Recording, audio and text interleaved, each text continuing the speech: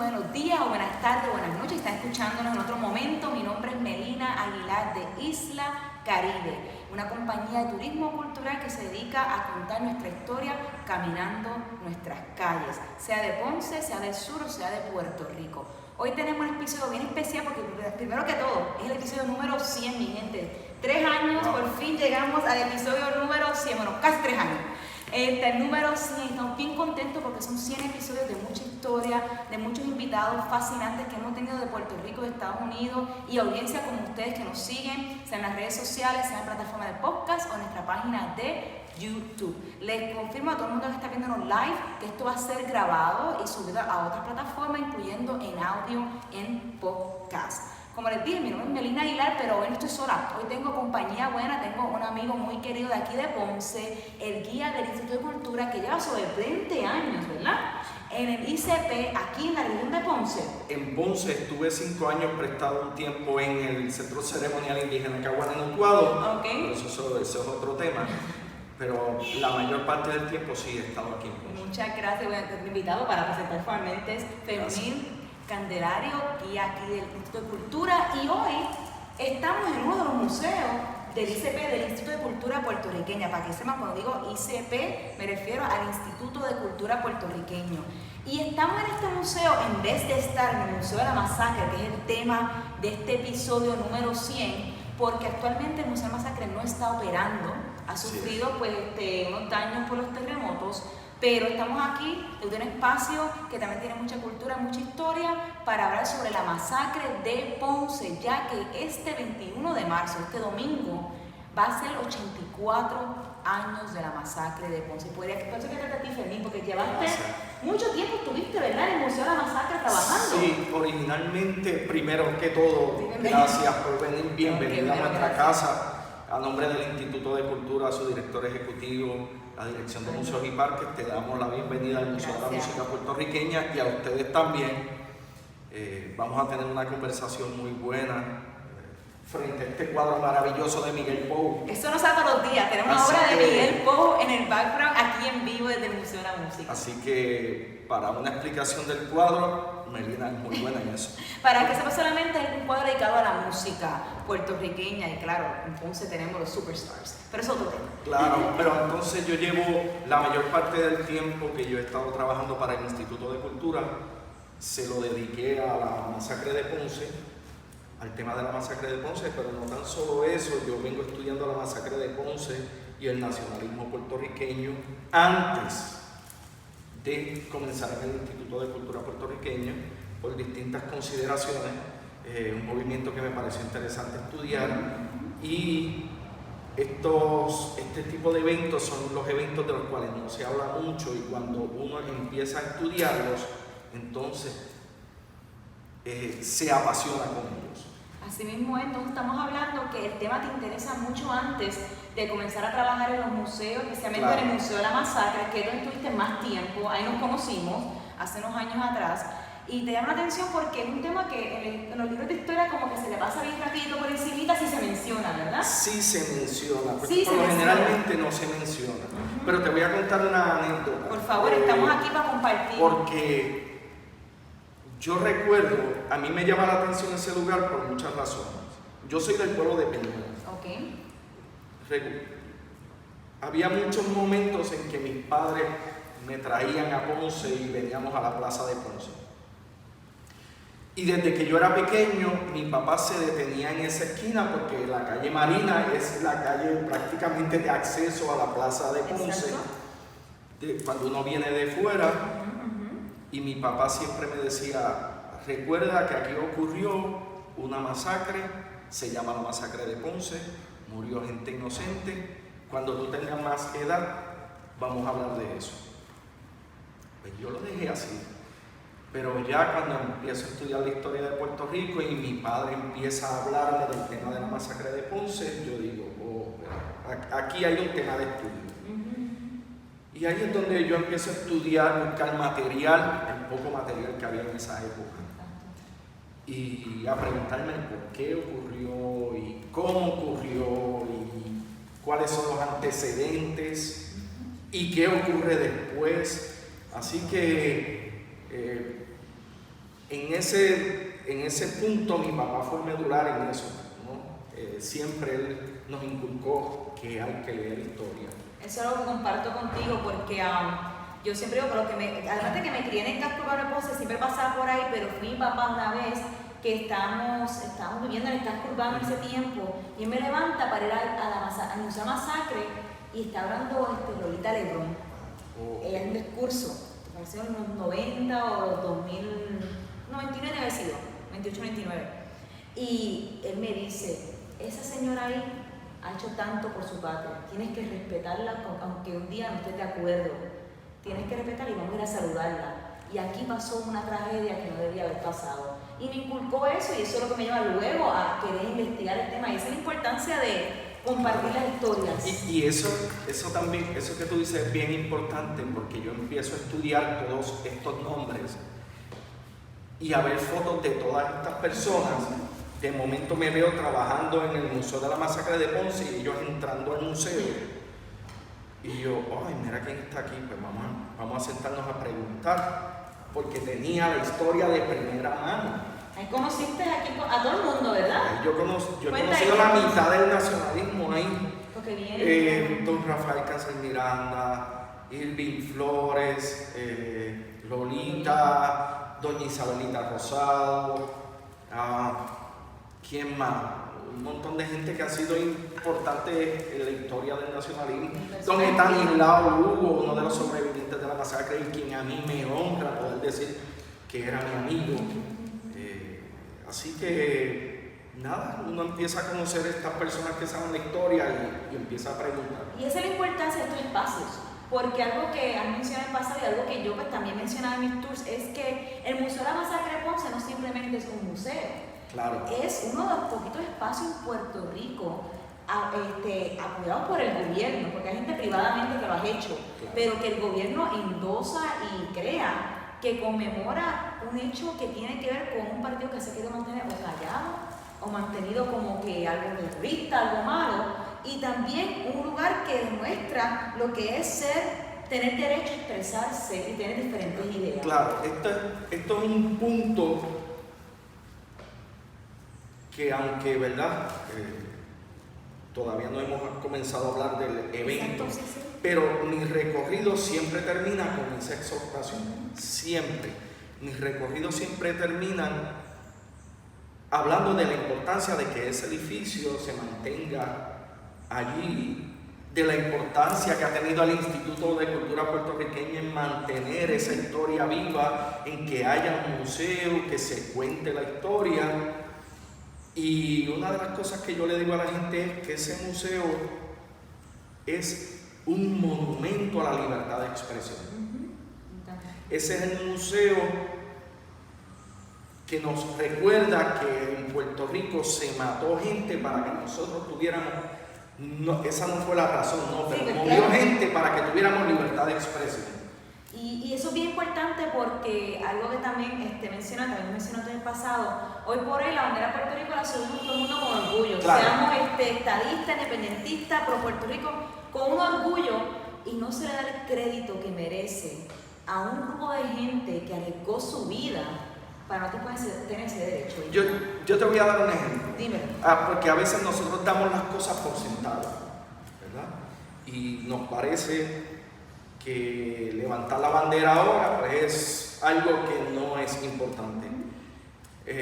Y sí lo es. Estas personas cargaban la bandera y la enarbolaban cuando a ti te metían preso por tener una bandera de Puerto Rico en tus manos. Porque aquí se perseguía a la gente y se metía preso a la gente por tener una bandera. Desde mucho tiempo.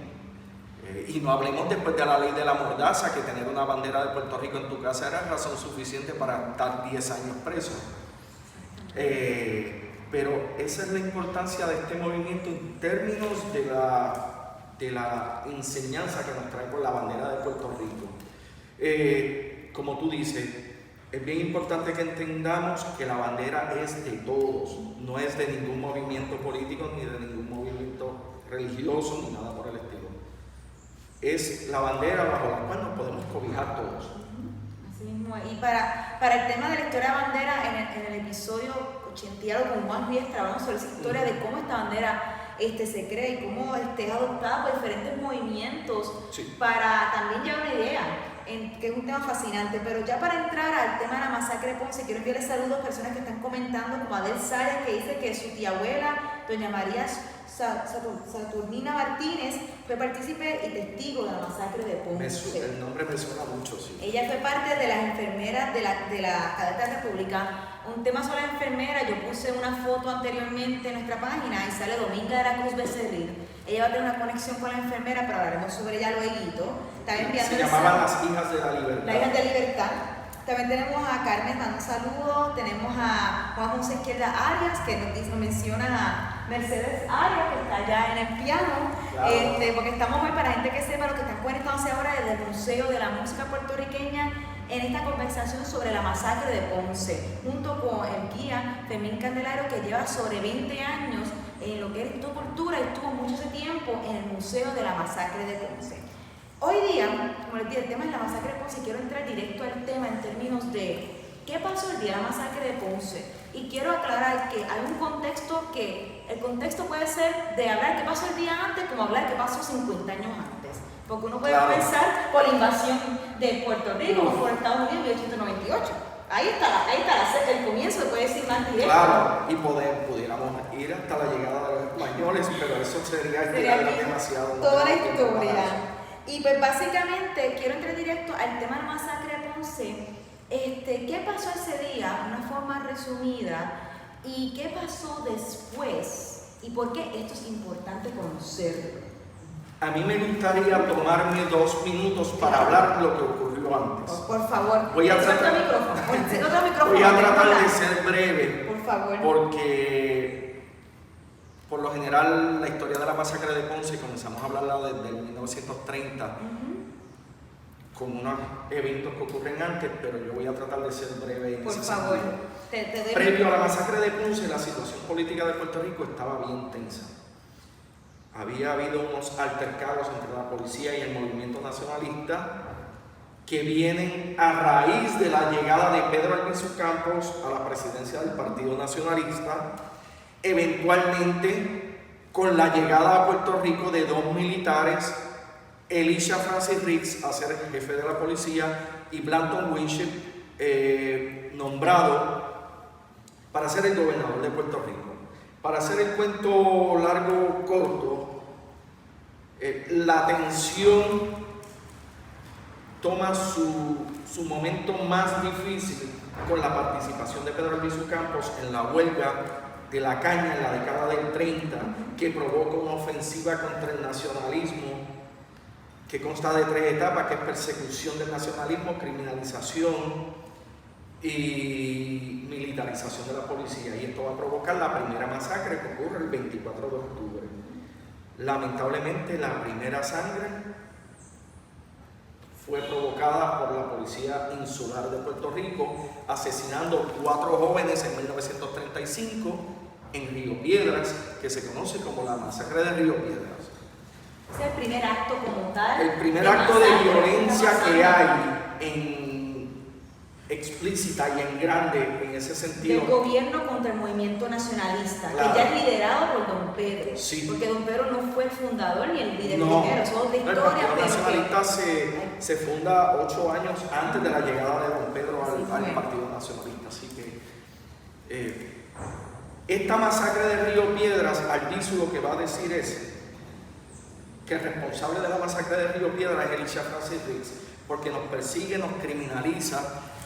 Establece la teoría de que Riggs tiene un plan para matarlo a él y matar el resto del liderato del Partido Nacionalista, y lo cierra su participación en el velorio de estas personas, haciendo a todo el mundo jurar que eso no iba a volver a ocurrir. Elisha Francis Riggs no es cualquier persona, no. Su reputación no es la mejor. Rapidito, ¿por qué tiene fama o mala fama? Bueno, lo que pasa es que él era una persona demandado y era un experto en tácticas de inteligencia militar, que eventualmente la inteligencia militar no le sirvió de mucho. Yo voy a explicar por qué, pero era una persona que enviaban a los lugares a trabajar con los problemas políticos del país. Alicia Francis Rick se le asocia con la planificación del asesinato de Sandino en Nicaragua. Esto quiere decir que si a él lo mandan a trabajar con el problema político de Nicaragua y ocurre lo que ocurre con Sandino, cuando venga a trabajar con el problema político de Puerto Rico, habiendo dicho Winship que el problema político de Puerto Rico era Pedro Albizu Campos, ya sabíamos la suerte que iba a correr. Bueno, Albizu dice que tienen que jurar que eso no se iba a quedar así y no se quedó así. Unos 5 meses después de la masacre de Río Piedras, específicamente el 23 de febrero del 36, 2 jóvenes, Elías Beauchamp e Irán Rosado, ejecutan al jefe de la policía para vengar las muertes de Río Piedras. Elías Beauchamp e Irán Rosado son arrestados, llevados al cuartel y acribillados dentro del cuartel. Y por este evento arrestan a Pedro Albizu Campos y 7 líderes del Partido Nacionalista bajo cargos de conspirar contra el gobierno de los Estados Unidos. Van a ser enjuiciados y enviados a Atlanta a cumplir penas entre 6 a 10 años. Así que ese es el preámbulo de lo que eso es lo que ocurre antes. Tenemos una masacre, tenemos lo que es el ajusticiamiento de Alicia Francis Rick, tenemos el encarcelamiento de Don Pedro y otros líderes nacionalistas como Juan Antonio Correger, que también estuvo encarcelado con él. El asesinato de los que ajusticiaron a Riggs también. Exactamente, eso pasa también. Y luego llegamos al escenario de que los nacionalistas deciden hacer algo en Ponce. Sí. La actividad que se iba a llevar a cabo aquí en Ponce realmente era una actividad dentro de una serie de actividades para pedir, entre otras cosas, que se sacara de la cárcel a Pedro Albizu Campos, que como les acabo de decir estaba preso. Todavía está en San Juan. De conspiración, sí. La princesa. Porque don Pedro lo arrestan en el 36, pero no es hasta verano del 37 que lo envían a Atlanta. Exactamente. O sea que cuando ocurre la masacre de Ponce, don Pedro está en la cárcel. En Puerto Rico todavía. Pero esta actividad realmente era dentro de una serie de actividades. Inclusive existe la teoría de que la masacre originalmente no iba a ser en Ponce, sino en Caguas el 31 de enero, que se iba a llevar a cabo la misma actividad, una parada pacífica por las distintas calles de Caguas, pero el alcalde se opuso. Se opuso a que la policía estuviera allí porque pensó que era una provocación, y él dice, desde que yo conozco a los nacionalistas, yo nunca he tenido problemas con ellos. Entonces, yo voy a permitir esa parada. Si no correcto, el 31 de enero pasó una manifestación nacionalista en Caguas. Se logró y eso no está en el libro de historia así grande, porque nadie murió, fue pacífica, todo tranquila. Eso se logra, es porque el alcalde dice, mira, la policía... Yo lo voy a dejar manchar, porque lo que hace el jefe de la policía, que no lo logra en Caguas y sí lo va a lograr en Ponce, él le pide al alcalde que suspenda la parada de los nacionalistas en Caguas debido a que eran unos revoltosos que iban a formar motines. El alcalde no les creyó. Ya vamos a hablar de lo que pasó en Ponce. Pero básicamente lo que se iba a llevar a cabo en Ponce era una parada pacífica por las distintas calles de Ponce que tenía 2 propósitos principales. Número 1, conmemorar la abolición de la esclavitud. Nosotros en Puerto Rico conmemoramos la abolición de la esclavitud todos los 22 de marzo. Pero ese domingo, que era Domingo de Ramos, era 21. Y ellos deciden conmemorar, en vez del 22, ya que van a estar en Ponce reunidos, conmemorarlo en Ponce. ¿Y qué sucede?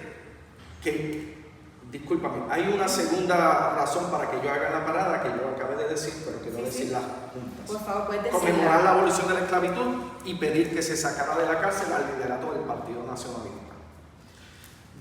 Bien importante es que los nacionalistas notificaron que ellos iban a llevar a cabo la parada. Ellos no tenían que pedir permiso. Exactamente. Nadie pide permiso para ejercer su derecho a la libertad de expresión.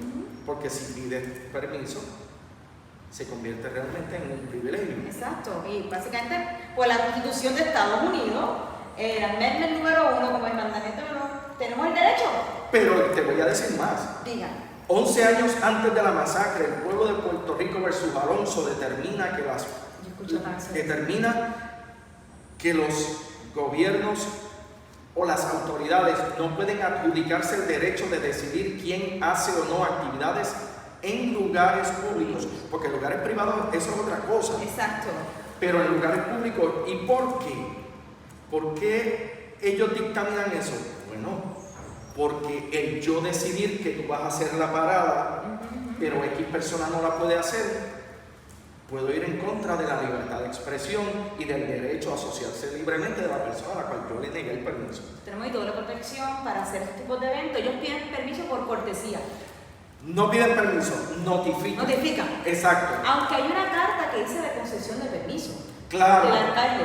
Porque, hasta se documenta eso. Claro, eso se documenta, porque eso lo vamos a ver el día de la masacre, ¿no? Pero cuando el jefe de la policía, el gobernador se entera de que la parada se iba a llevar a cabo en Ponce, que fue 2 días antes de la parada, él llama al jefe de la policía y le exige que detuviera la parada con las consecuencias que tuviera. El jefe de la policía se llamaba Enrique de Orbeta, que es el primer puertorriqueño en ser jefe de la policía, porque después de la ejecución de Nix, ningún estadounidense quiso venir a ser jefe.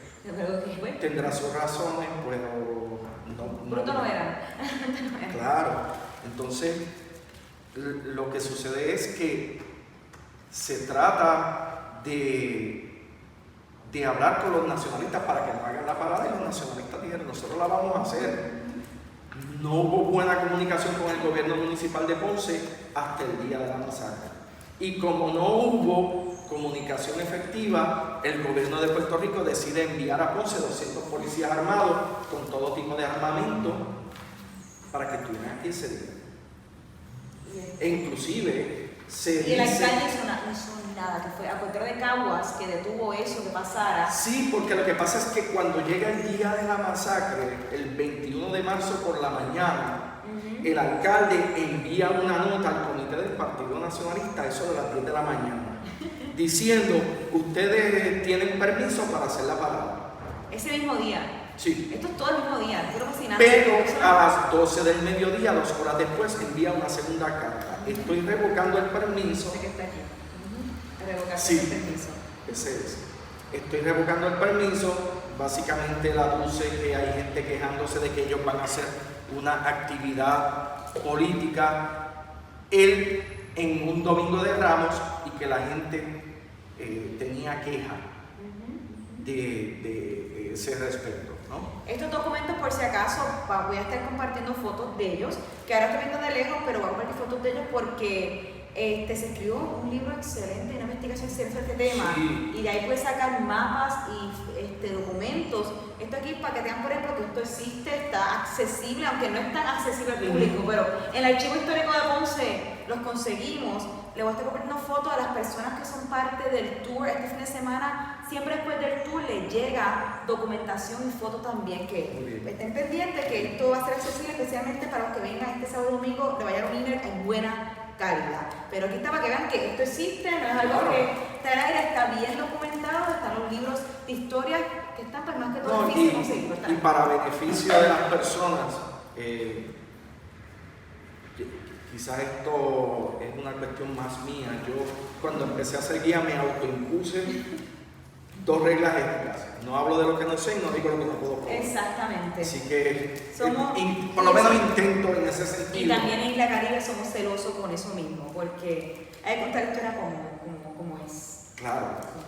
Entonces, para seguir con la historia, como les dije, se da un permiso a las 10 de la mañana que se revoca a las 12 del mediodía. El alcalde dice, hay gente quejándose, háganla otro día. Pero esa no era la realidad. La realidad fue que a eso de las 11:15, el jefe de la policía va donde el alcalde le dice, los nacionalistas de Mayagüez vienen armados a Ponce a formar un motín. Como tú les diste permiso, tú eres responsable de la sangre que compras. Yo supongo que en ese momento el alcalde de Ponce no tendría razón para dudar de la palabra del jefe de la policía. policía y por eso deciden hacer eso. El alcalde José Tormos Diego. José Tormos Diego. Para que tenga una idea de qué estamos hablando. Y este dato es bien importante, y es que los nacionalistas, con todo y eso, van a hablar con el alcalde y con la policía para tratar de llegar a un acuerdo. Van y hablan con el alcalde y tienen una conversación y no logran ningún acuerdo, con algunos miembros de la policía no logran ningún acuerdo, hasta que ellos dicen, bueno, nosotros tenemos el derecho a marchar y lo vamos a hacer. Y regresan a la sede. Dato bien importante es que la parada iba a comenzar desde la sede del Partido Nacionalista, que es donde hoy se encuentra el Museo Casa de la Masacre de Ponce. Okay. Ese museo está ahí porque ese lugar era el comité del Partido Nacionalista cuando ocurre la masacre, e inclusive frente a ese edificio es que ocurre la masacre. Exactamente. Y eso hay que dejarlo meridianamente claro. Creo que arriba era la sede y abajo era No, un negocio. ¿Cómo funciona? lo que pasa es, arriba era una residencia, Okay. pero ese lugar era la zapatería de don Casimiro Berenguer, que era el tesorero del Partido Nacionalista. Entonces, él tenía su zapatería y el almacén de su zapatería era la Junta Nacionalista de Ponce. Abajo. Y arriba vivía él. Arriba era la residencia. Entonces se van a reunir ahí porque ahí está la sede del partido. Claro. Vienen todas estas personas de Mayagüez. Y de distintas partes que dijeron que iban a personarse en la actividad. Una actividad pacífica, nadie tenía armas, era una E manifestación. inclusive, esto es importante porque se invita al público general a través de los periódicos El Imparcial y El Mundo. O sea que allí había gente que no necesariamente eran cadetes de la República o nacionalistas, ¿verdad? Pues bueno, cuando se revoca el permiso y ellos comienzan la parada, básicamente ese es el tema central de esta discusión, ¿no? A las 3:30, los músicos que estaban Están acomodados ellos. Sí. Por si acaso los cadetes de la República que vestían de... camisa negra y pantalón blanco, en el lado de acá de la foto, por razones de espacio, obviamente está el edificio de la sede del Partido Nacionalista, que hoy es el Museo Casa de la Masacre de Ponce, y ellos están en dirección hacia la plaza de Ponce. Aquí están ¿Okay? Exacto, y esto es bien importante, ellos están cerca de 2 cuadras antes de la plaza. Sí, que es muy cerca. Es bien cerca. Les recomiendo que aunque el museo esté cerrado, pues visiten el edificio y aunque pues, está un poco lastimado por los temblores, se puede pasar por ahí. Se puede pasar por allí Nosotros pasamos y- por ahí siempre, porque la historia de contarle hay que ver esos espacios. Claro, Hay que ser conmigo. claro. Pero Y por cierto, cuando llegue allí, comparte el lugar con sus amigos, saque fotos, compártalo en sus redes sociales, donde está, para que sus amigos puedan llegar a ese lugar también. A las 3:30 se da, en la banda que tenía el Partido Nacionalista toca la borinqueña, se da la orden de marchar por el comandante de los cadetes de la República, Tomás López de Victoria. Comienza la parada, inmediatamente un policía va al frente, Guillermo Soldevila, que era el sargento de la policía, va al frente, le dice: esta parada está prohibida por el gobierno, y de inmediato, de lo que hoy es la esquina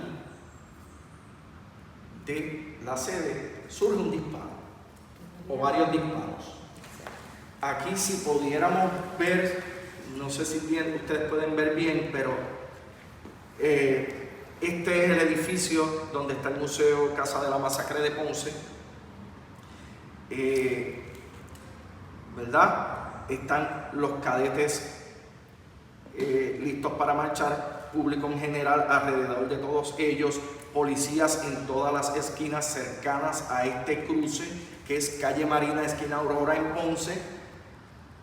Pero el disparo surge de esta área, y ese primer disparo es el principio de 10 a 15 minutos de tiroteo en toda esta área, que provoca 19 muertos y más de 200 heridos. 10 a 15 minutos, no fue que dispararon 2 o 3 disparos, se quedaron No. ahí. No, hay una foto bien reveladora de la pared del frente del museo. Hay unos familiares al frente y está totalmente llena de agujeros. 19 muertos y más de 200 heridos. ¿Qué podemos decir? Por ejemplo, el joven mayagüezano Iván Rodríguez cae, que está en otra foto. En la otra foto, ¿En esta? Ay, no, te la busco ahora. La tengo por aquí. Tengo más. Pero continúa. El joven Iván Rodríguez vino con su papá y con su hermano aquí a Ponce a atender unos negocios y lamentablemente se piensa que fue el primero que cayó. Era un muchacho joven, le dispararon. Su padre, Genaro Rodríguez, decide protegerlo y se le tira encima y también es baleado, por lo que en la masacre de Ponce, Luis Rodríguez, el otro que quedaba, perdió aquí a su hermano y a su papá el mismo día. Frente a la entrada principal del museo murió una señora llamada María Hernández. Doña María era una mujer aproximadamente de 54 años que al momento de ocurrir la masacre y comienza a correr, pues con la culata de un rifle le dan entre la base del cráneo y la espina que conecta, ¿no? Ahí, en ese lugar. ¿Esas fueron las mujeres que murieron? ¿Tuvieron dos? Sí. Técnicamente una mujer. Claro. Una niña. Y así hay otras historias también. Un vendedor de chinas que estaba allí al frente, una persona que estaba cambiando una goma en la gasolinera que todavía existe, la gasolinera. ¿Estás restaurando o algo así? Sí. Se ve. Sí, la gasolinera que está contigua a la Iglesia Evangélica Unida, allí cerca del Parque Dora Conclave, frente al Parque Dora Conclave en Ponce. Allá fue a parar una bala y le dio en la cabeza a este muchacho que estaba cambiando una goma. Pero quizás el caso más triste de esto, de lo que ocurrió aquí, fue el asesinato de una niña llamada Georgina Maldonado, quien tenía 14 años y fue baleada por la espalda con una ametralladora Thompson. Para los que no sepan lo que es una Thompson, la Thompson es esta ametralladora muy típica de la década del 30 que aparece en todas las películas de gángster, de Al Capone, que tiene el peine de tambor redondo. Pero lamentablemente esta muchacha, esta niña, ella venía de la iglesia, recordemos que era Domingo de Ramos. Entonces ella venía de la iglesia, posiblemente vio mucha gente allí, iba para su casa, que era en el barrio, en el sector Bélgica, se detuvo, se sube a un balcón, comienza el tiroteo, su reacción muy posiblemente fue correr para su casa y ahí mismo fue que le dispararon por la espalda. Así que las historias de lo que ocurrió aquí ese día son horribles. Hubo 19 muertos y más de 200 heridos. Aquí mueren civiles, mueren nacionalistas, 12 civiles, 5 nacionalistas y 2 policías. Esto es bien importante porque yo hago este recuento sin la intención de dividir los grupos. Es porque la mayoría de la gente me pregunta, ¿aquí murieron policías? ¿Murió gente inocente? ¿Cuántos nacionalistas murieron? Pues ese es el saldo. Pero para efectos del Museo Casa de la Masacre de Ponce mueren 19 seres humanos. Todos víctimas de las decisiones del gobierno del general Blanton Winship.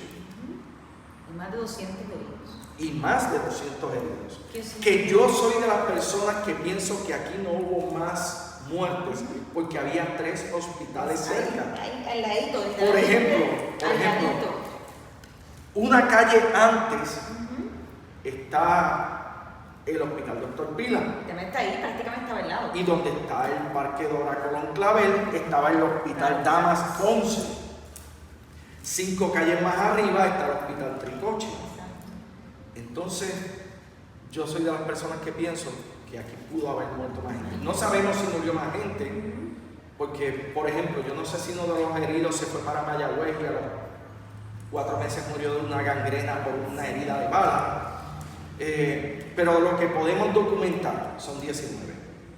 Lo que el profesor Raúl Medina, que es una persona que ha hecho un trabajo excelente, una investigación fuera de liga sobre el tema de la masacre, es lo que él pudo documentar. Y ahí están sus nombres y sus protocolos de autopsia. Es una tesis, ¿no? Ese libro, sí. estudio que hizo él. Ese libro nosotros lo publicamos, si no me equivoco, en el 2001 y es su tesis de maestría.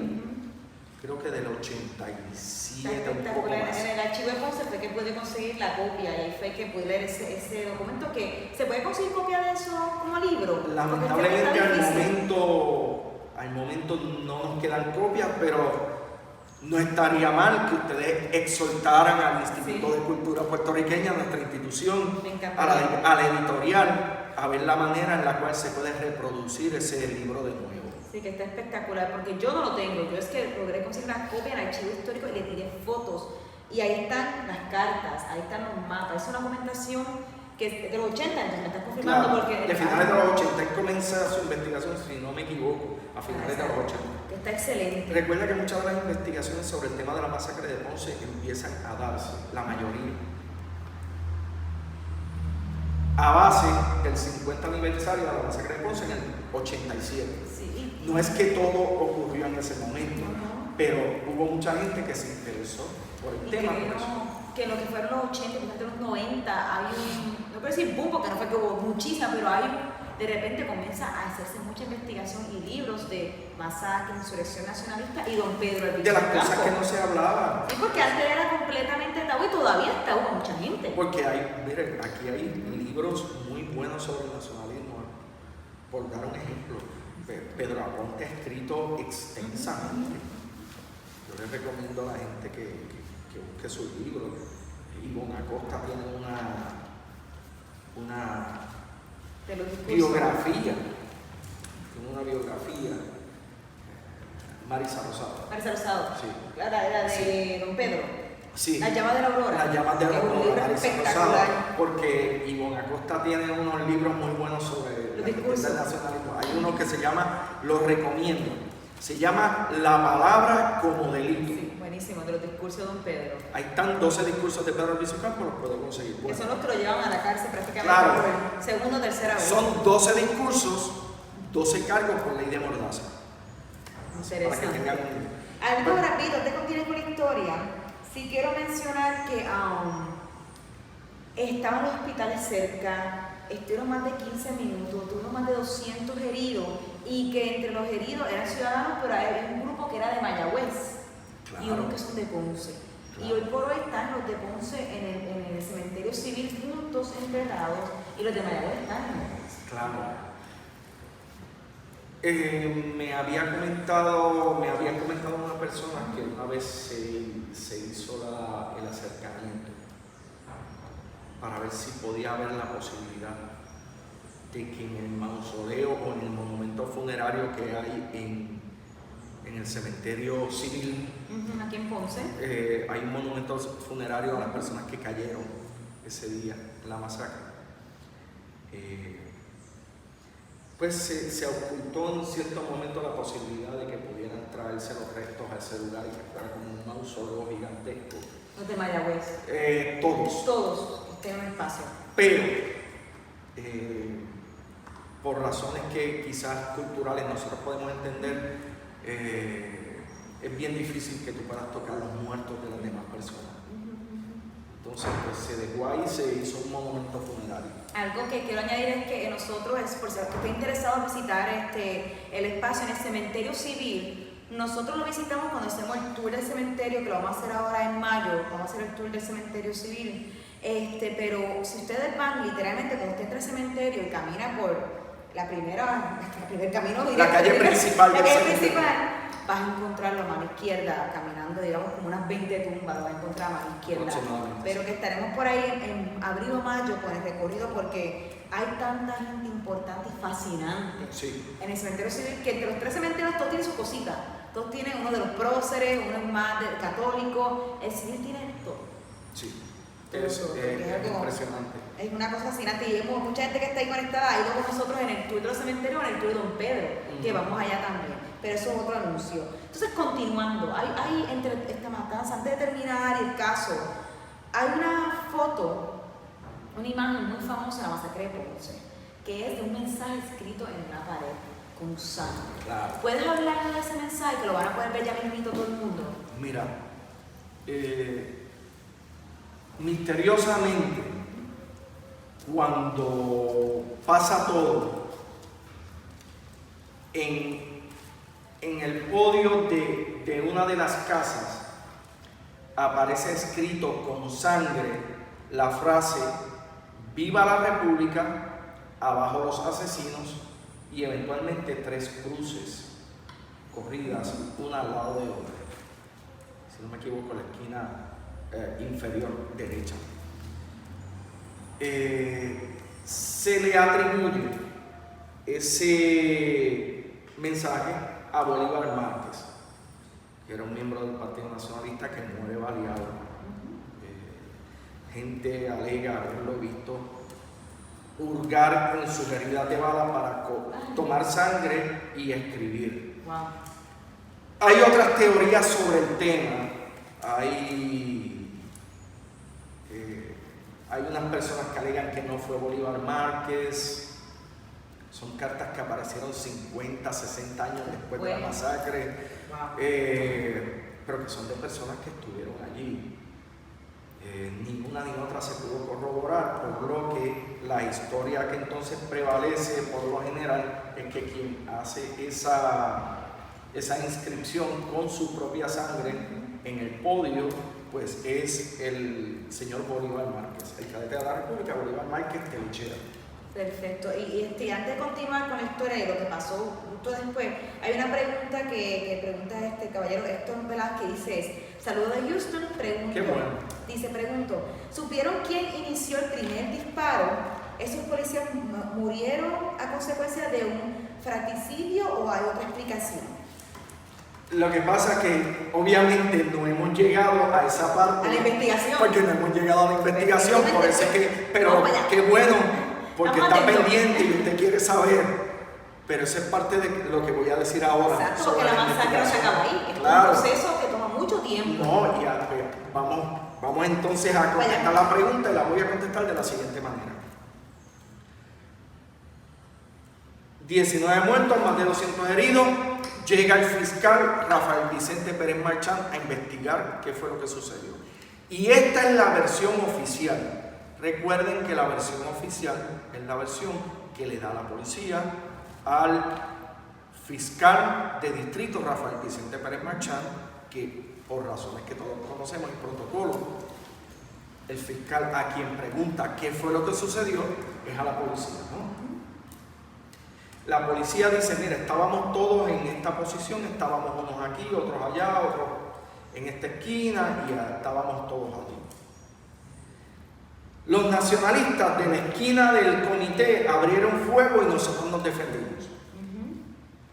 Eso es lo que dice la policía. El fiscal encuentra otra cosa. Y el fiscal encuentra varias cosas, ¿verdad?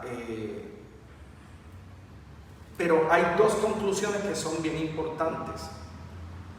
Y voy a contestar la pregunta del caballero.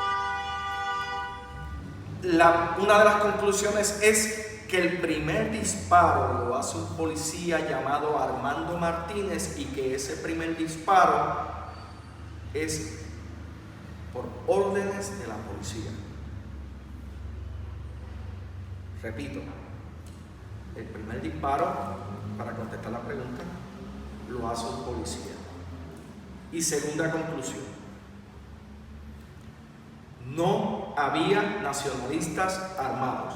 Repito, no había nacionalistas armados. Y quiero corregir algo, porque a veces yo escucho y está escrito en libros que los nacionalistas tenían los rifles de palo y ellos ni tan siquiera tenían los rifles de palo. Interesante, yo he visto eso escrito en muchos lugares. Claro. Así que Estas son las dos conclusiones más importantes. Y como yo digo en mi recorrido, si usted no se quiere acordar de nada de lo que yo he dicho hasta ahora, lo único que a mí me interesa que usted se aprenda es lo siguiente.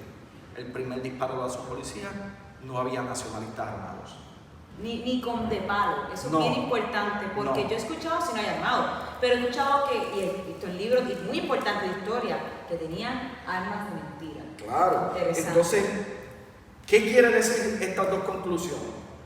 Número uno, lamentablemente, todos los muertos y heridos fueron a manos de la policía, incluyendo Seferino Loyola y Eusebio Sánchez, que son los únicos dos policías que mueren en el fuego cruzado, porque mueren por fuego de armas potentes, ¿verdad?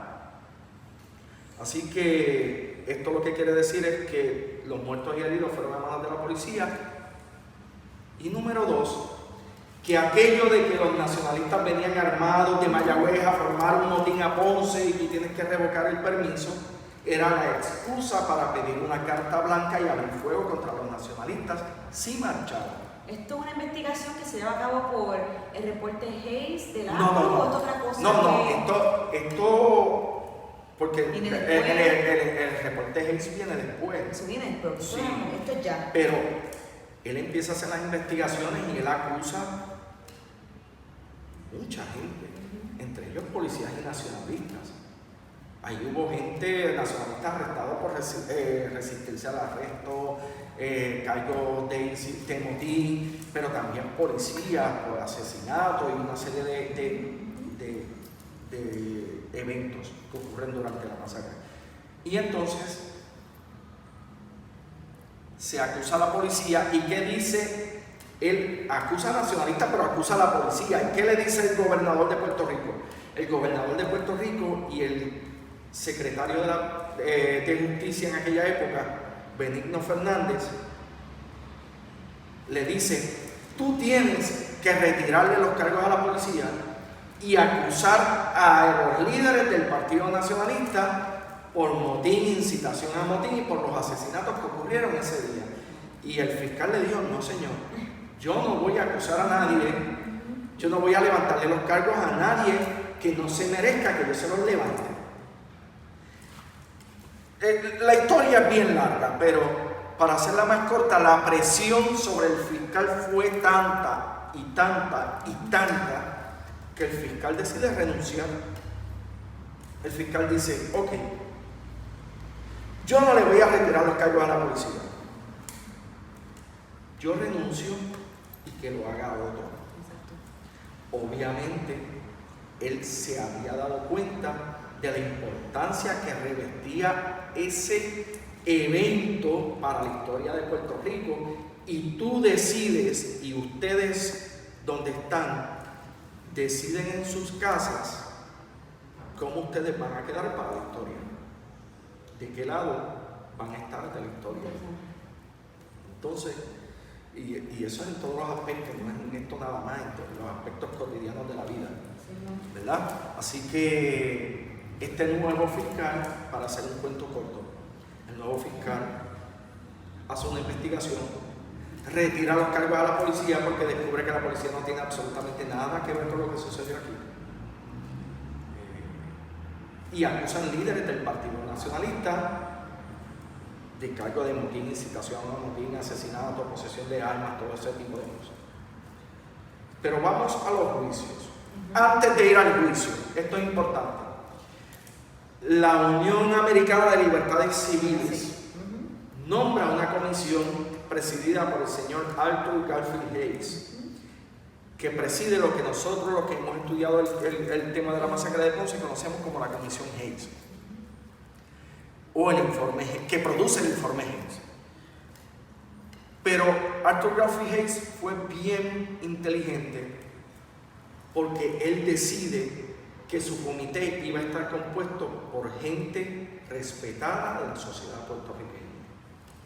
El presidente del Ateneo, directores médicos de hospitales, directores de periódicos, gente que era respetada. ¿Para qué? Obviamente tratando de evitar que hubiese esta... Chanchullo ahí de... Claro, que se pueda pensar que van a chanchullar con la situación. Y produjo un informe. Este informe es bien importante porque tiene muchas conclusiones. Pero la conclusión es que lo que ocurrió en Ponce fue una masacre. Esto es importante porque la Comisión Hayes es la que le da el nombre de masacre al evento, porque previo a la Comisión Hayes se llamaba la matanza del Domingo de Ramos. Por eso es que la conferencia que yo he ido a dar en escuelas, universidades, cárceles, se llama la matanza del Domingo de Ramos, la masacre de Ponce. Y el título también de podcast, porque eso lo aprendí contigo. Y es este término que siempre usa Fermín para referirse, porque estamos claros que antes de ese reportaje no era una masacre todavía, no, técnicamente. Se llamaba la matanza del Domingo de Ramos, pero él lo que dice el informe Hayes, básicamente en esta tiene varias conclusiones, pero dice, lo que ocurrió en Ponce fue una masacre provocada en parte por el clima de intolerancia y menosprecio a los derechos civiles de los puertorriqueños por parte del gobierno del general Blandon Winship. Esto es un americano. Sí, y es también importante porque Winship todo el tiempo jugó con los derechos civiles de los puertorriqueños. Yo voy a decir más. Winship abolió la libertad de cátedra en la universidad.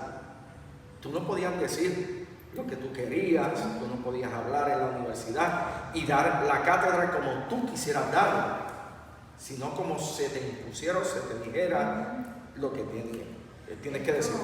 Me encanta que todo esto porque a veces, cuando se habla del tema del nacionalismo, a veces ponen que eran muy radicales. No tenían que haber hecho más mansito, más tranquilo. Si hubieran conseguido lo que quisieran, se hizo más tranquilo. Pero me está diciendo ahora mismo lo que cuando uno conoce la historia, uno no solamente no la repite, sino uno no es un bobo. Básicamente, está claro que no es que nos trataban bien, no es que estábamos aquí molestos por nada. Había una represión increíble que era desde derechos a derechos económicos, a libertades en todas formas. Yo te voy a dar un ejemplo. ¿Quién dice ese tipo de comentarios?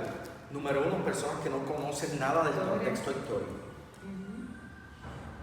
Porque es bien fácil en el 2021 decirle al Partido Nacionalista que debe haber en 1930 o en 1900, lo que fuera, ¿verdad? Es bien fácil, ¿verdad? Es como los analistas del deporte el día después, todo el mundo sabe cómo se debió haber dirigido el equipo y las decisiones que debieron haber tomado. Así que eso número uno. Pero número dos, la gente desconoce que el Partido Nacionalista iba a las urnas y que en la masacre de Río Piedras, en el 35, en 24 de octubre de 1935, la que motiva la creación de los cadetes de la República, que parte fundamental y medular de la creación de los cadetes de la República se le debe a don Juan Antonio Correger, que era secretario del partido, y va a la noche que ocurre la masacre de Río Piedras y le dice, aquí ya las urnas no nos van a servir porque nos van a seguir matando y nos van a seguir persiguiendo. ¿Qué vamos a hacer? Y ahí es que entonces se crea el brazo armado. Sería bien interesante sentarse a especular.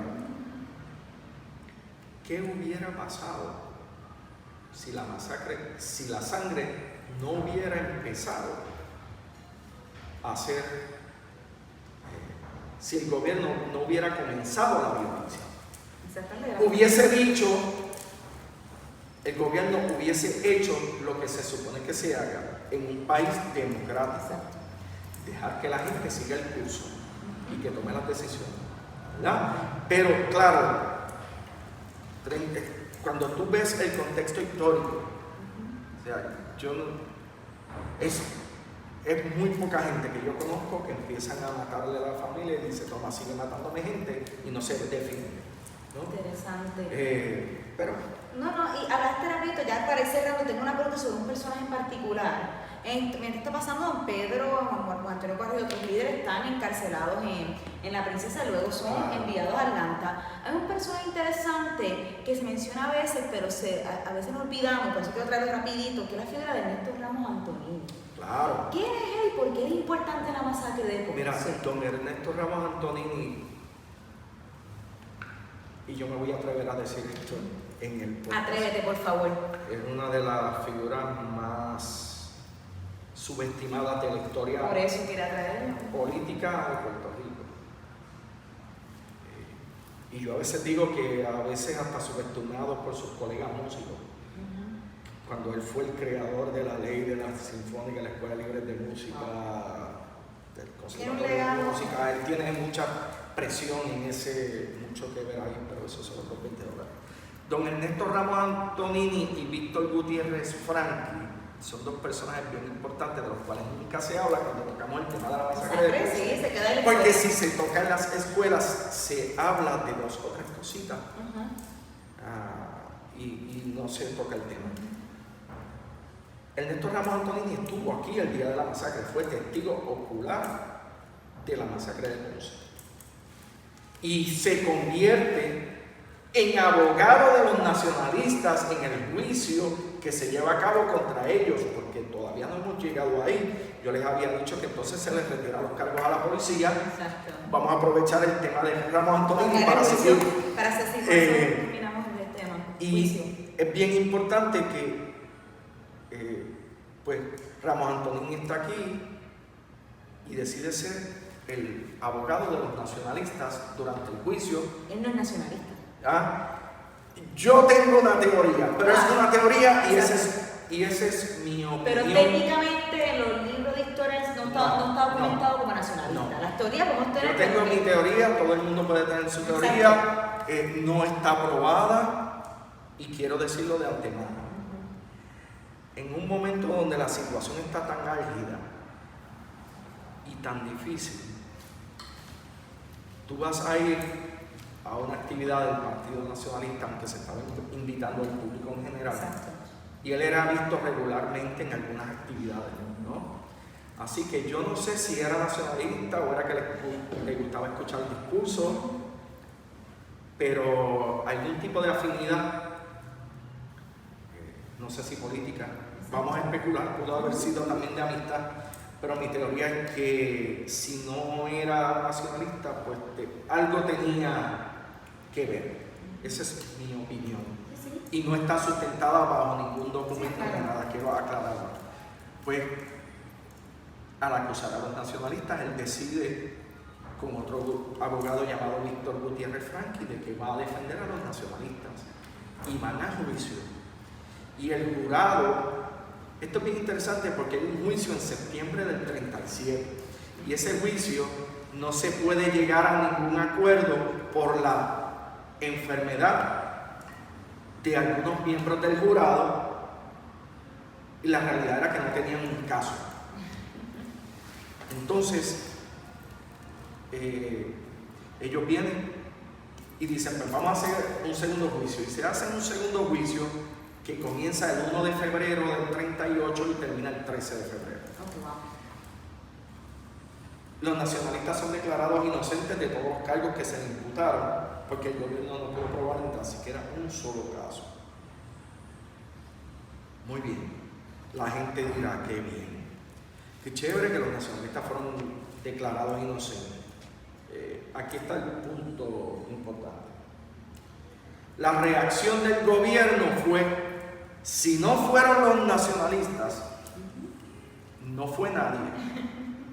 Si fue el caso, se acabó la masacre. Es como si no hubiera habido muertos, como si no hubiera habido heridos. Esto nunca ocurrió.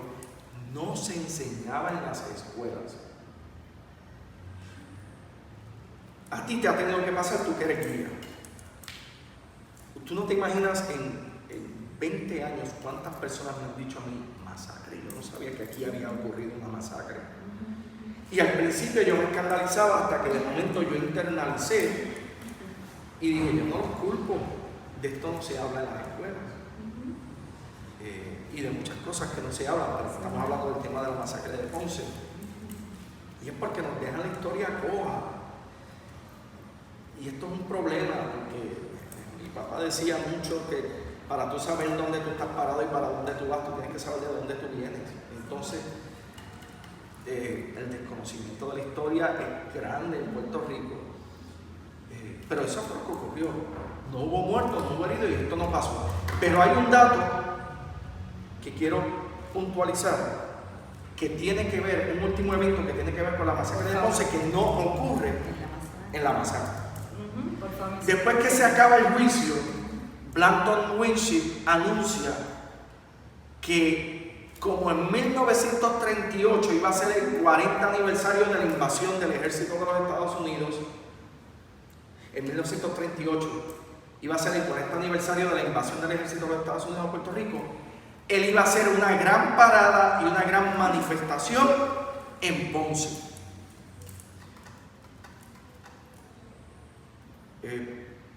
Esto molestó mucho a la gente, pero no estoy hablando de los nacionalistas. A los nacionalistas le voló la cabeza, ¿no? Pero a la gente le molestó mucho porque la gente decía, pero este tipo que ordena una masacre un domingo de Ramos viene a Ponce a celebrar una fiesta de invasión. Exacto. A unos meses del juicio acabarse, que nadie quedó culpable, que no pasó nada, que se volvió la historia. Exacto. Estamos hablando de meses porque acabó el caso para febrero o marzo, ¿verdad? Como un año después. Exacto. Mira el caso. Sí, que lo un año después prácticamente. Pues, para hacerte el cuento largo corto, los nacionalistas deciden que como él viene a hacer una fiesta en Ponce, van a hacer un acto donde van a hacer un atentado contra el gobernador para vengar las muertes de la masacre de Ponce en Ponce. Y se forma un comando nacionalista de unos 6, 7 nacionalistas que van a disparar todos a la vez. La señal aparentemente era que cuando comenzaran a tocar el himno de los Estados Unidos, Winship, como militar que era, iba a saludar la bandera mientras iba a ser izada y tocaban el himno. Esto es frente a la alcaldía, ¿verdad? Esto es frente a la alcaldía de Ponce. Una tarimita que pusieron ahí. Sí. Y cuando Winship se toca la frente, varios nacionalistas abren fuego contra el gobernador. Hay un detalle. Aquello estaba repleto de gente, por lo que ellos fallan porque tienen que sacar sus armas y disparar por encima de la gente. ¿Por qué tienen que disparar por encima de la gente? Porque no se podían acercar al templete, porque muchos de ellos eran nacionalistas conocidos. Y la gente iba a decir, oh, ¿qué hace esta gente aquí? ¿Verdad? Cuento largo o corto. Hubo un nacionalista que no dispara, espera. Se llamó Ángel Esteban Anton Giorgi. Cuando ve que Winship no cae, en vez de perderse entre el público, saca su arma, corre hacia el gobernador, apunta y cuando dispara, el jefe de la Guardia Nacional cubre al gobernador. Y es la persona que coge el disparo y la persona que muere ese día frente a la alcaldía. ¿Este caballero que está aquí? Ese caballero que está ahí se llama Ángel Esteban Anton Giorgi, porque tan pronto él le dispara al gobernador y pues el jefe de la Guardia Nacional cubre el cuerpo, él es baleado y ahí lo están recogiendo para llevarlo. ¿Todavía vivo? Sí, vamos a llevar, una persona dice, está respirando, vamos a llevarlo al hospital. Pues la historia es que lo montan en una patrulla y lo desaparecieron. Nadie sabe del cuerpo de Ángel Esteban Anton Giorgi, ni vivo ni muerto. Simplemente lo montaron en una patrulla y desaparecieron el cuerpo. Y ese es el último evento que tiene que ver directamente con la masacre de Ponce. Esto es fascinante. Y ahí prácticamente el tema de Ponce queda callado, pues porque no aparece en libros de historia. No. Y ahí se ve que termina lo que son los sucesos relacionados a la masacre de Ponce. Aunque siempre hubo gente que intentó mantener esa idea viva. Te voy a dar un ejemplo. Un señor llamado Eufemio Rodríguez. Don Eufemio fue un nacionalista que mantuvo la conmemoración de la masacre aún cuando nadie iba. Si él tenía que ir solo, él iba ese 21 de marzo, se paraba allí con unas flores, las llevaba al cementerio. No, él no tenía problema, ¿verdad? Pero fuera de eso, de esto no se hablaba, y hay un sinnúmero de cosas en la historia de las cuales no se habla, de figuras importantes, figuras y contrafiguras. Exacto. Y de una que se habla demasiado. De una se habla demasiado. Pero fíjate, esto es una crítica que yo hago, y es que para tú poder entender las figuras de las cuales se habla demasiado, tú tienes que hablar de sus contrapartes. Por ejemplo, por dar un ejemplo, tú hablar de Muñoz Marín y no hablar de Ramos Antonini, y no hablar de Miguel Ángel García Méndez, y no hablar de Gilberto Concepción de Gracia, y no hablar de Pedro Albizu Campos, no estás situando a Muñoz en un contexto histórico. Y así con los demás, ¿no? Y ese es básicamente el problema.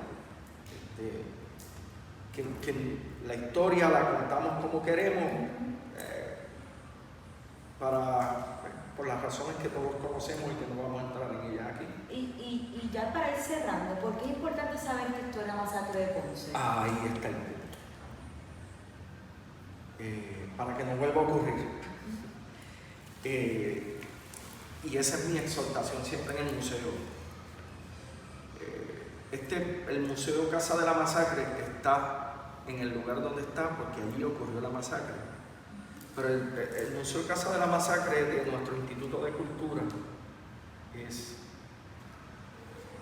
el monumento, es la justicia que nunca se le hizo a esa gente, esas 19 personas. Allí está la tarja donde tiene los 19 nombres, ¿verdad? Entonces, la forma en la que mejor nosotros podemos hacer honor a la gente que murió allí es que ese museo se mantenga abierto. Porque no queremos que vuelva a pasar. Pero no es que no vuelva a pasar con independentistas, es que no vuelva a pasar con nadie. Porque nosotros sabemos que hay países que hasta los otros días católicos y protestantes se entraban a tiros. Entonces, que no queremos que pase ni por razones políticas, religiosas, sociales, culturales, nada. O sea, esto no puede volver a ocurrir. Por eso es que, como yo dije al principio, el Museo Casa de la Masacre no es otra cosa que un monumento a la libertad de expresión. Y cierro con esto, que es una de mis conclusiones siempre. La libertad de expresión no es decir lo que yo quiero. Eso no es la libertad de expresión. Decir lo que me da la gana. El mejor ejercicio de libertad de expresión es respetar el derecho que tienen los demás a diferir. Porque cuando todos cantamos la misma canción, pues el coro se oye bonito. Pero cuando hay alguien que no tiene nuestras mismas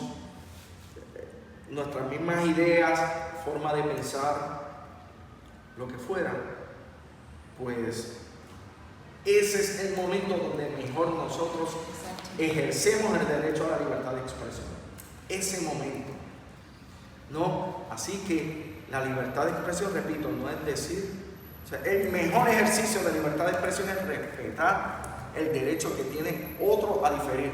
No estoy diciendo que tú vas a defender su punto. Lo que estoy diciendo es que tú vas a defender el derecho que tiene a pensar distinto, y la libertad de expresión es escuchar lo que no te gusta.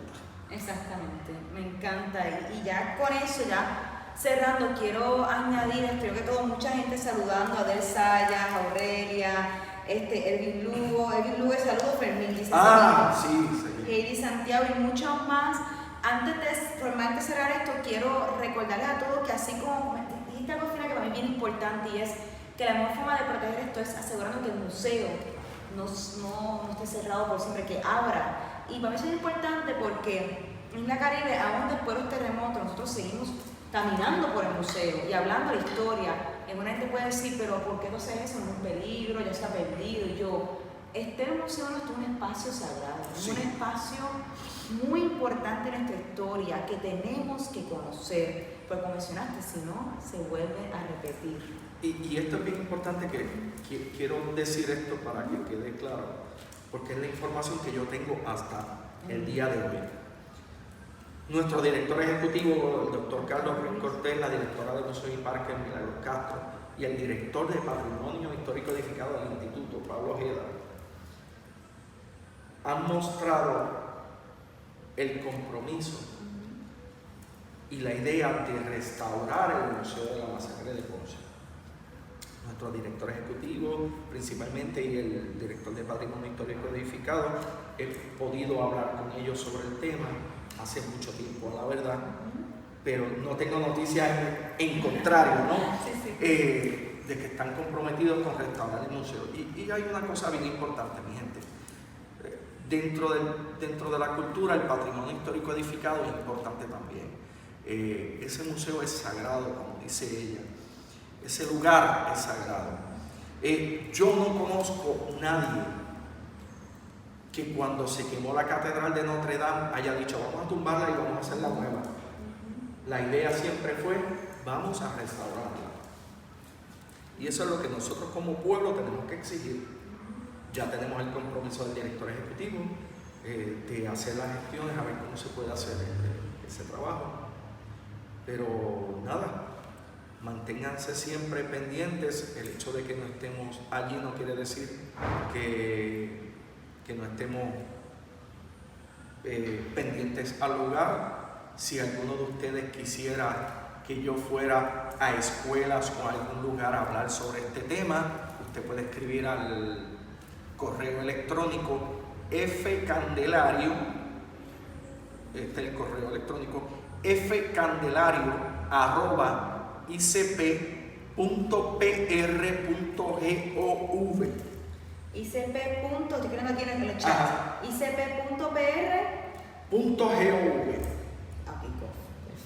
F Candelario, F de Fermín. Sí, lo puse ahí en el chat para las personas que estén interesadas, que nuestro amigo Fermín está disponible para ir a hablar a escuelas, a grupos. A escuelas, yo he ido hasta cárceles, que es uno de los públicos mejores que yo he tenido. He ido a universidades, he ido a distintos lugares a llevar el tema. Que ya saben, en verdad, que un honor tener aquí el recurso directo, y quiero añadir que yo todos los recorridos que hago en la Caribe, sea ahora de la masacre de Ponce, que es el recorrido que vamos a tener este sábado y domingo, porque a veces uno dice, debería hacerlo. Yo dije, aunque venga una persona, estos recorridos hay que hacerlo porque esta historia hay que contarla. Y para mí, que me dedico como guía, contar las historias desde el lugar de los hechos, ahí es que uno se le queda para siempre. Por eso este sábado y domingo vamos a caminar por la historia de la masacre de Ponce. No solamente vamos a lo que es el espacio de la zona masacre, sino hay un contexto fascinante que pasó antes y después de la masacre, que se puede contar esa historia de diferentes esquinas de nuestra ciudad. Y por eso este sábado vamos a caminar la ruta de la masacre de Ponce. Y se debe, este tour, como todos los tours que hacemos en la Caribe, se debe a personas como Fermín, que desde el principio han apoyado mi proceso de investigación, de conocimiento, y por eso hay que traerlo cuando puedo, una vez a la semana, expertos en los temas, gente que ha dedicado aún más tiempo que yo, para que les cuente de su punto de vista, y al fin y al cabo son inventores de esos temas. Con Fermín yo he hablado de la masacre, como he hablado también de este espacio, que es otro espacio que está ahora disponible. Y quiero mencionar antes de cerrar que este espacio pertenece al Instituto de Cultura, sí, y hoy es el Museo de la Música Puertorriqueña, que está disponible. Uno puede reservar para visitarlo, ¿verdad? Claro, puede comunicarse al 787-290-1530. Puede escribirme a fcandelario@icp.pr.gov. Y también, si aparece por ahí, pues con mucho gusto también lo atendemos, pero preferimos que nos llamen por la situación que estamos pasando en este momento. Queremos tratar de atenderle. Estamos atendiendo grupos pequeños. Recuerde que esto es una casa, esto fue un lugar que no fue hecho para ser un museo, y tenemos que tener poca gente, y encima de eso tenemos una pandemia, donde les voy a pedir a todos ustedes, ¿verdad?, que sean conscientes y que se cuiden mucho.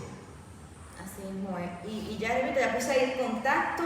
Quiero de nuevo agradecer a todo el mundo que ha sido parte de este podcast, episodio número 100. Ya llegamos al 100, este esfuerzo que hacemos por compartir la información y los recursos directos que nos ayudan a nosotros, porque en Isla Caribe los guías, entre ellos yo, las guías principales, no somos expertos en toda la historia, pero buscamos a los expertos, buscamos los archivos, leemos los libros y queremos que ustedes también tengan acceso a esta información. Si vienen aquí, Fermín está aquí, les puede contar un poco de la casa, para también contar un poco de la masacre también. Claro. Y dar reconocimiento a las personas que se dedican a esto. Entonces, Fermín, muchas gracias siempre por el apoyo que tienes conmigo con Isla Caribe, que aquí siempre estamos con grupitos apoyando nuestra historia entre culturas. Para mí, quiero decir algo rapidito.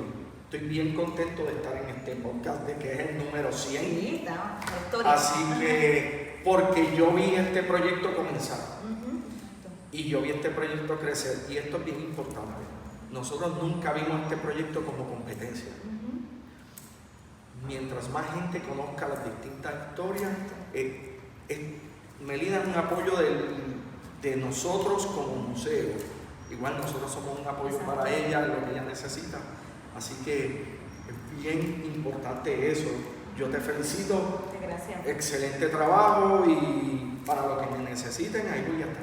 Muchas gracias, como siempre, muchas gracias a ti, gracias a todo el mundo que ha sido parte de este podcast, que muy pronto va a estar en YouTube y en plataforma de podcast. Esto es Isla Caribe Podcast, episodio 100 sobre la masacre de Ponce. Los esperamos este sábado y domingo para la ruta de la masacre. Tengan muy buenas tardes. Adiós. Buenas tardes.